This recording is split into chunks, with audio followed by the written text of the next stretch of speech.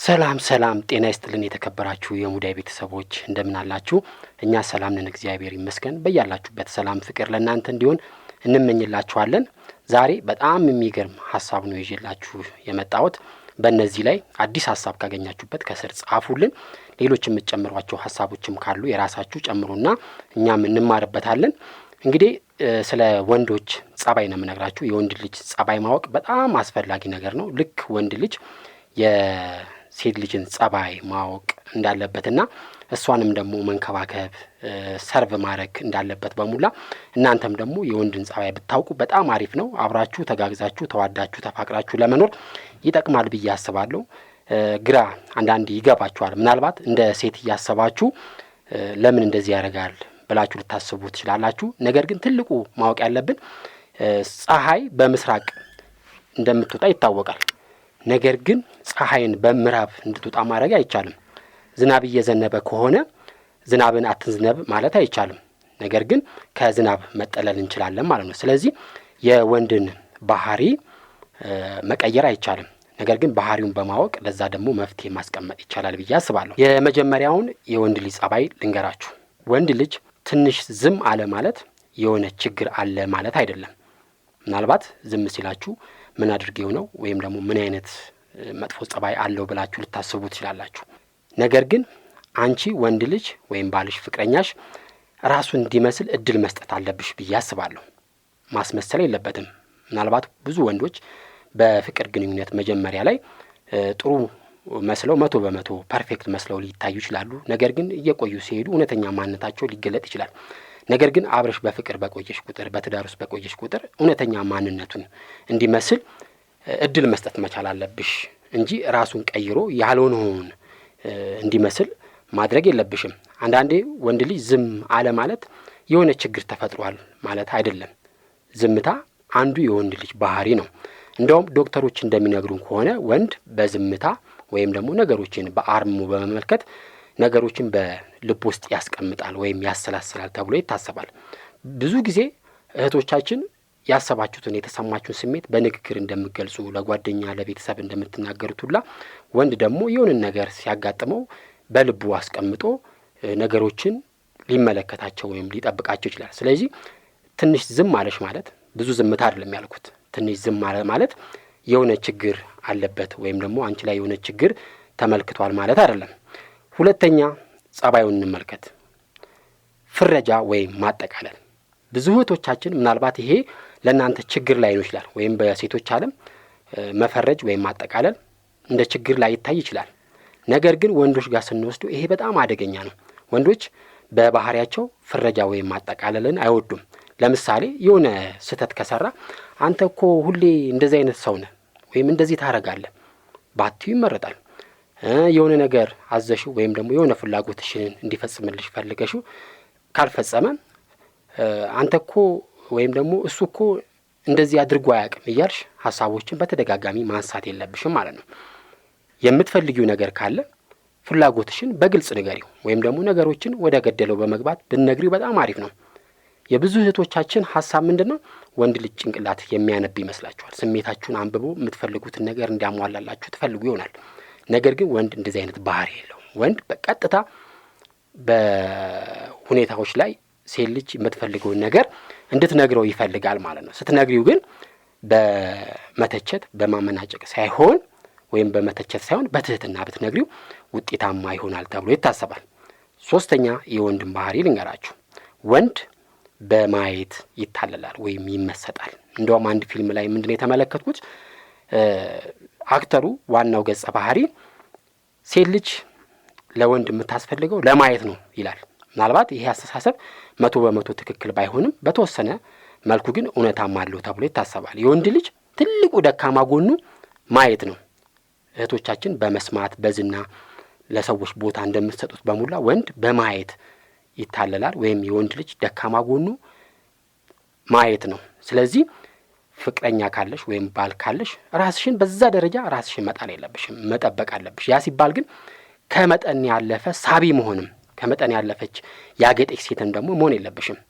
ነገር ግን በሚገባው ልክ ራስሽን መጠበቅ መቻል አለብሽና ከማየት ጋር በተያያዘ ብዙ ወንዶች ይቸገራሉ። ሰምታችሁ የምታውቁ ከሆነ በቺቲንግ ወይም ደግሞ በመወስለት ወይም በዝሙት ብዙ ጊዜ የሚወድቁት ወንዶች ናቸው። ይሄ ነገር ከምን መጣ ብላችሁ ካያችሁት የመጀመሪያው ስቴፕ ማየት ነው። ያየውን ያስባል፣ ያሰበውን ደግሞ ይፈጽማል ማለት ነው። እና በማየት በጣም ይቸገራል ወንድ ልጅ። ስለዚህ ይህን ላይ ጥንካሬ ማሳየት መቻል አለባችሁ። አራተኛ ወንድ ብቻውን መሆን ይፈልጋል። ሌላው ባህሪ ትልቁ ይህንን መረዳት ነው። ወንድ ስሜቱን ለማስታመም ብቻውን መሆን ይፈልጋል። ምናልባት እህቶቻችን ስሜታችሁን ለማስታመም ብዙ ነገር ልትጠቀሙ ትችላላችሁ። ለምሳሌ መጸለይ ሊሆን ይችላል፣ ለጓደኛችሁ ችግራችሁን ማውራት ሊሆን ይችላል፣ ብዙ አይነት ነገሮች ልታደርጉ ትችላላችሁ። ወንድ ግን ስሜቱን የሚያስታምምበት መንገድ እጅግ በጣም ከሴት ይለያል። ይህን መረዳት ያስፈልጋል። ችግር ሲያጋጥመው ደስታም ሲያጋጥመው ስሜቱን የሚያስታምምበት መንገድ ከሴት ይለያል እና አብዛኛውን ጊዜ ካያችሁ በመሸታ ቤት፣ ጫት ቤት ሊሆን ይችላል፣ የተለያዩ ቦታዎች ላይ የሚገኙት ወንዶች ናቸው። ለምንድን ነው? እዛ ቦታ ላይ ቁጭ ብለው ሻይ ቡና እያሉ ስሜታቸውን ስለሚያስታምሙ ነው። አንዳንዴ ደግሞ ይሄንን የማይችሉ ወንዶች ምን ያደርጋሉ? ቤት ገብተው ወይ ቲቪ ከፍተው ያያሉ፣ ኳስ ይመለከታሉ፣ ወይ ሙዚቃ ከፍተው ዝም ብለው ያዳምጣሉ። ምናልባት የሚያዳምጡት ወይም የሚያዩት ያንን ነገር ፈልገውት ላይሆን ይችላል። በዛ ነገር ውስጥ ልባቸው ውስጥ ያለውን ነገር ስለሚያሳምሙ ነው። ስለዚህ ይህን መረዳት ያስፈልጋል ማለት ነው። አምስተኛ ባህሪ ፉክክር ወይም ውድድርን በተመለከተ ነው።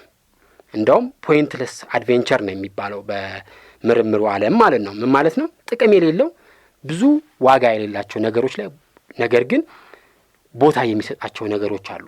ወንዶች በጣም ኪሪየስ ወይም ደግሞ ጉጉት የሚያሳዩበት ነገር አለ። ምናልባት ያ ለህይወታቸው ጠቃሚ ላይሆን ይችላል። አንድም ዳቦ ላይ ይገዛላቸው ይችላል። ለምሳሌ በአሁን ጊዜ ከተመለከታችሁ ፖለቲካው ላይ የሚሳተፉት ወንዶች ናቸው በአብዛኛው። ሴቶች ብዙ ጊዜ ብቅ ሲሉ አይታይም። ለምንድን ነው? ውድድር፣ ፉክክር፣ ፍልሚያ ላይ ሴቶች ብዙ ፍላጎት የላቸውም ማለት ነው። እና ይህንን መረዳት መቻል አለብሽ። አንቺ ግራ ተጋብተሽ ይህንን ማድረግ እያለበት ይህንን ለምን ያደርጋል እያልሽ ትችት ማቅረቡ አላስፈላጊ ነው ብዬ አስባለሁ። ወንድ ስለሆነ ኪሪየስ ወይም ደግሞ ጉጉት የሚያሳድርበት ቦታ ይለያል ማለት ነው እና መረዳት ያስፈልጋል። ስድስተኛ ከስራ ጋር በተያያዘ ትልቅ መረዳት የሚያስፈልግሽ ነገር አለ። አንቺ ምናልባት በህይወትሽ ደስተኛ ህይወት ለመኖር አንዲት ሴት ተሳካላት ብለሽ ምናልባት የምታስቢው ምናልባት በትዳር ህይወቷ ስኬታማ ስትሆን፣ በዙሪያ ባሉ ሰዎች ስትሞገዝ፣ ከፍተኛ ቦታ ሲሰጣት፣ ምናልባት ቁንጅና በመሞገስ በእነዚህ አይነት ነገሮች ነው ይችላል። ወንድ ላይ ግን ስራ እጅግ በጣም አስፈላጊ ነገር ነው። ስራ ማጣት ወይም ደግሞ የማይፈልገው ስራ ውስጥ ወንድ ልጅ ማሳለፍ ከሞት አይተናነስም እና በአሁን ጊዜ ብዙ ወንዶች ስራ አጥ ሲሆኑ ወደ አደባባይ የሚወጡት ወደ ተቃውሞ የሚወጡት በዚህ ምክንያት ነው። ለወንድ ልጅ ስኬት የሚገለጸው በስራው ጥራትና በስራው ስኬት መሰረት መሆኑን መረዳት ያስፈልጋል ማለት ነው። በስራው አልረካም ወይም ደግሞ ስራው እሱንና ቤተሰቦቹን አላኖርም ማለት ከሞት አይተናነስም ማለት ነው። ሌላው የወንድን ባህሪ የምነግራችሁ ሰባተኛ ላይ ወንድ ልጅ ማወቅ ይፈልጋል። በአንቺ መፈለጉን፣ በፍቅረኛው በሚስቱ መፈለጉን፣ በዛች ሴት ዘንድ ተቀባይነት እንዳለው፣ በእሷ ህይወት ውስጥ ትልቅ ቦታ እንዳለው ማረጋገጥ ይፈልጋል። ምናልባት ብዙ ወንዶች ሊጠይቁ ይችላሉ።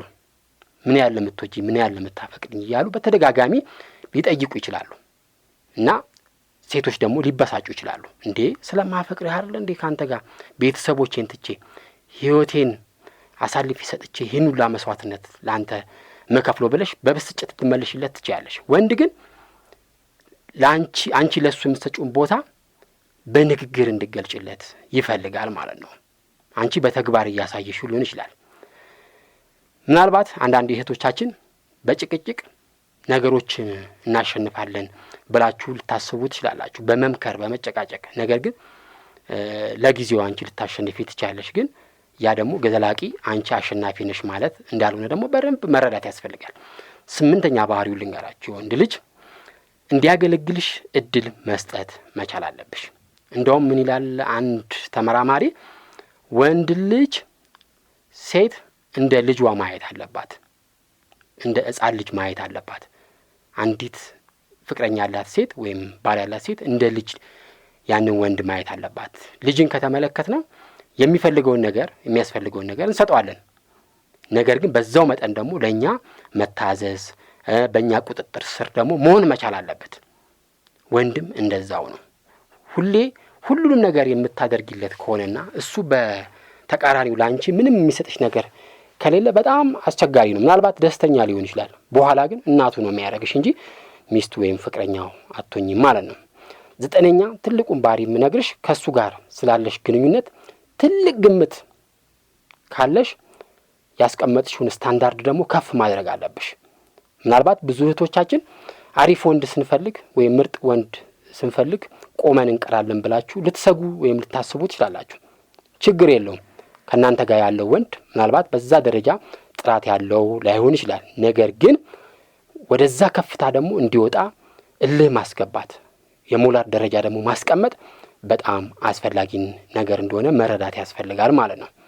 እንደውም አንዳንድ እህቶቻችን ቦነስ በሩጫ ሊሆን ይችላል፣ በትምህርት ሊሆን ይችላል፣ በገንዘብ በስልጣን ሊሆን ይችላል እዚህ ደረጃ ላይ ስደርስ ነው እኔ ልታገባኝ የምትችለው ብለው ከፍታ ያለው ቦታ ላይ ሲያስቀምጡ ያ ወንድ ደግሞ እሷን ለማግኘት እነዛን ነገሮች ማሸነፍ እንዳለበት ሊያውቅ ይችላል ወይም ደግሞ ሊተገብር ይችላል። ወይም ከሷው ጋር ለመኖር እንደዚህ አይነት ምርጥ ወንድ ትፈልጋለችና እኔም ደግሞ በዛ ደረጃ መገኘትና ማሳመን አለብኝ ብሎ ሊያስብ ይችላልና ያንን ወንድ ሳያውቀው ልትቀይሪው ትችያለሽ ማለት ነው። 10ኛ ባህሪው ትልቁ ወደ ወንድ ልብ መግቢያ መንገድ በሆዱ ወይም በጨጓራው በኩል መሆኑን መረዳት መቻል አለብሽ። እና አንዳንድ እህቶቻችን ወደ ትዳር ውስጥ ሲገቡ አሪፍ ምግብ ሰርተው ለባሎቻቸው ከሰጡ ወይም ባሎቻቸው በዛ ደስተኛ ከሆኑ የበለጠ ወደ እሷ ሊቀርቡ ይችላሉ። እና በሆድ በመታለል በጉቦ በተለያዩ ነገሮች በመታለል ብዙ ጊዜ የሚታማው ወንድ እንደሆነ ይታወቃል ማለት ነው። እና እዛ ነገር ላይ በተወሰነ መልኩ ችሎታ ቢኖርሽ በጣም አሪፍ ነገር ነው ብዬ አስባለሁ። ያ ሲባል ግን እሱ አይስራልሽ አያገልግልሽ ማለት አይደለም። የመጨረሻ የምነግራችሁ ባህሪው ወንድ ስለ ቸገረሽ ችግርሽን 24 ሰዓት መስማት ይፈልጋል ማለት አይደለም። ብዙ ጊዜ እህቶቻችን ተመልከቱ እስቲ ለፍቅረኞቻችሁ ወይም ለባሎቻችሁ ያጋጠማችሁን ችግር መንገር ለእናንተ ኖርማል ሊሆን ይችላል፣ ግን ፊታቸው ላይ ደስተኛ ናቸው ወይስ አይደሉም የሚለውን ነገር ተመልከቱና የምትረዱት ነገር አለ ብዬ አስባለሁ። ወንድ ችግርሽን ነገርሹ ማለት በቀጥታ ችግሬን ፍታልኝ የሚል አስተሳሰብ አለሽ የሚል ድምዳሜ ላይ ነው የሚገባው እና ቀጥታ ወደ ችግር መፍታት ውስጥ ነው የሚገባው። ይሄ በሴቶች ዓለም ችግርን ማውራት ችግር ፍታልኝ ማለት አይደለም። ምናልባት ውስጥሽ ያለውን ስሜት ለማረጋጋት ወይም ፈታ ለማለት ይችላል። በወንድ ዓለም ግን ችግር ማውራት ማለት ችግሬን ፍታልኝ ማለት እንደሆነ ባህሪውን መረዳት አለብሽና ካወራሽለት በኋላ ያንን ችግር ለመፍታት ቢሄድ ልትቀየሚው ወይም ደግሞ አንቺን ደካማ አድርጎሽ እንዳሰበሽ አድርገው ማሰብ የለብሽም ብዬ አስባለሁ። እስቲ በእነዚህ የወንድ ባህሪ ላይ እናንተም ያገኛችሁት ልምድ ተሞክሮ ካለ ጻፉልንና እኛም ደግሞ ያናውቀን እንማርበታለን። ዋናው ትልቁ ነገር የሴት ልጅ ባህሪ ብቻ ማወቅ ሳይሆን የወንድ ልጅም ባህሪ ማወቅ ጥቅም አለው ብዬ አስባለሁ። ተረዳርተን ተጋግዘን ለመኖር ጥቅም አለው። በዚህ ላይ ቀደም ብዬ እንደነገርኳችሁ ሐሳብና አስተያየታችሁን ጻፉልን። ስላዳመጣችሁ እናመሰግናለን። ሌሎች ደግሞ ጠቃሚ ሐሳቦች አሉ፣ እነሱንም እንድትመለከቱ በዚሁ አጋጣሚ እንጠይቃለን። ቴንክ ዩ